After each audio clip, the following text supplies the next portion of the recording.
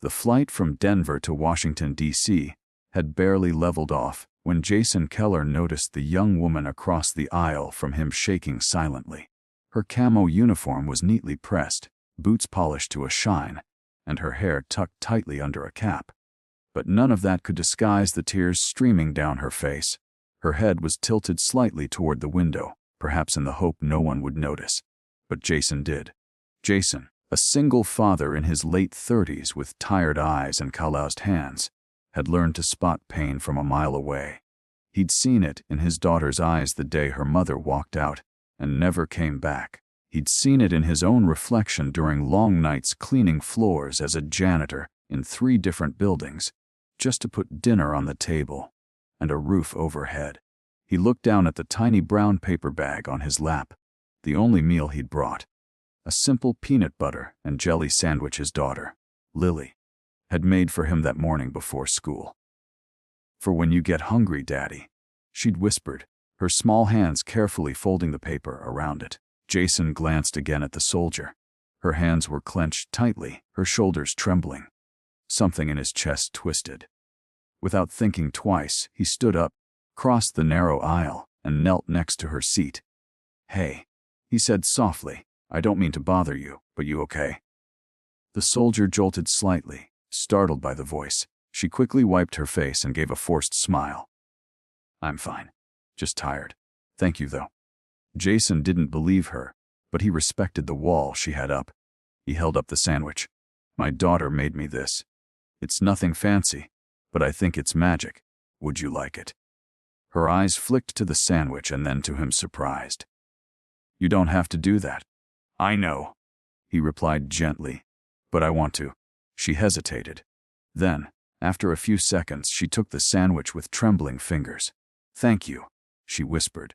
Jason smiled and returned to his seat. He watched as she unwrapped the sandwich slowly, almost reverently. She took a small bite and closed her eyes, as if the flavor held something she'd been missing for a long time. For a while, silence filled the space between them. Then she spoke, voice barely above a whisper. "My name's Sergeant Leah Monroe," she said. "Army Medical Corps." Jason turned toward her again, giving a nod. "Jason Keller. Single dad. Professional janitor. Part-time superhero, according to my kid." A weak laugh escaped Lee's lips, the first one he'd heard from her. "That's a big title to carry." "I've got strong shoulders," Jason said with a grin. She looked out the window, her smile fading. "I was flying home for my brother's funeral. He died in a training accident last week. He was just 25. Jason didn't say anything right away. He let the silence hold space for her pain. "I hadn't seen him in almost 2 years, she continued. "I kept putting it off. Deployment training, excuses. Now I'll never get the chance. My parents are broken, and I feel like I failed him." Jason leaned in slightly. "I'm sorry, Leah. That's not something anyone should carry alone." Her eyes welled up again, but she nodded, grateful for the words. They talked for a while longer. About her brother, about life in the military, and eventually about Lily. Jason showed her a picture of freckled, gap-toothed smile in a sparkly pink dress holding a science fair trophy. "She's my entire world," Jason said. "Everything I do is for her." "I can tell," Lee said, studying the photo. "She's lucky to have you." Jason shrugged. "Some days I feel like I'm barely holding things together. But somehow, she always believes I'm strong." The plane landed in Washington late in the evening. As the passengers shuffled out, Lee paused before leaving the gate. She turned to Jason, a flicker of strength back in her eyes. "Thank you," she said. "That sandwich and just talking. It meant more than I can say." Jason smiled. "Anytime, Sergeant Monroe." As she reached into her pocket and pulled out a military coin, small, gold-rimmed, engraved with her unit's insignia. She placed it in his hand. "This is for people who make a difference," she said. "You have no idea how much you did today." Jason stared at the coin, speechless. Then she was gone. 3 weeks had passed since that quiet flight to Washington, D.C., and Jason Keller hadn't thought he'd hear from Sergeant Leah Monroe again. Life had pulled him back into its usual rhythm. Early mornings making Lily's breakfast, long hours scrubbing floors, and late nights helping her with math homework she insisted was too ancient to matter. The military coin Lee gave him sat on his dresser, next to Lily's baby photo. Sometimes he would glance at it and wonder how she was doing, but he figured she had gone back to duty, carrying her own grief in a way soldiers often had to. Then, one Tuesday afternoon, just as he was cleaning out the mop bucket in the hospital wing of a government building, a security guard approached him. "You Jason Keller?" the guard asked. Jason looked up, surprised. "Yeah. Everything okay?" "There's someone asking for you at the front desk. Says her name is Sergeant Leah Monroe." Jason's eyebrows shot up. He quickly washed his hands and made his way to the lobby. There she stood, not in uniform, but in a dark green jacket and jeans. She looked healthier, lighter. Her face still carried the quiet discipline of a soldier, but her eyes held something softer now. "Lee?" he asked. She smiled. "Hey, Jason. I hope this isn't weird. I didn't want to just disappear without saying thank you properly." Jason smiled back. "I thought you already did, with a sandwich trade and a challenge coin." She chuckled. "Turns out that wasn't enough. There's something I want to show you." He blinked. "Show me." "If you're free this evening." Jason glanced at his watch. His shift ended in an hour. Lily would be at his neighbor's house until 6. "Sure," he said, curiosity piqued. They met later at a modest military rehab center near the outskirts of town. Lee led him inside and down a hallway filled with faint echoes of laughter, radio static, and the sound of therapy sessions in progress.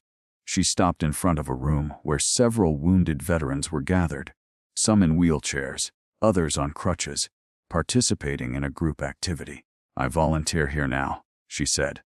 "I was a medic in the field, but I stepped back after my brother died.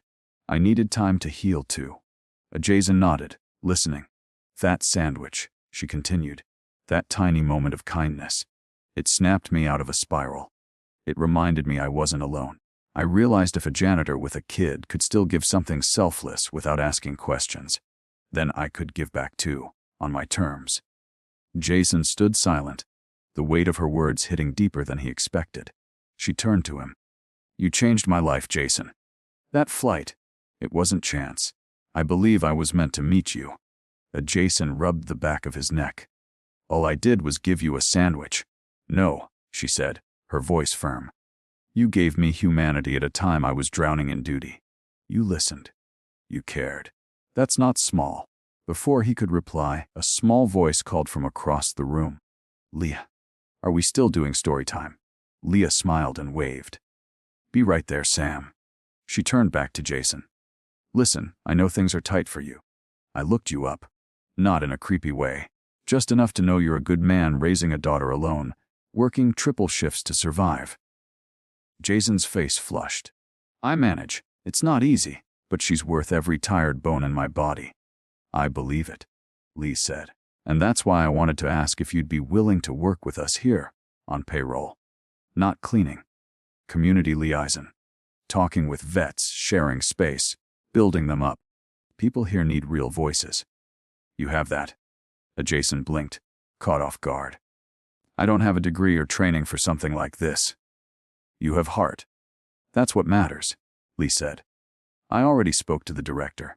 He'd love to meet you." For a moment, Jason was silent.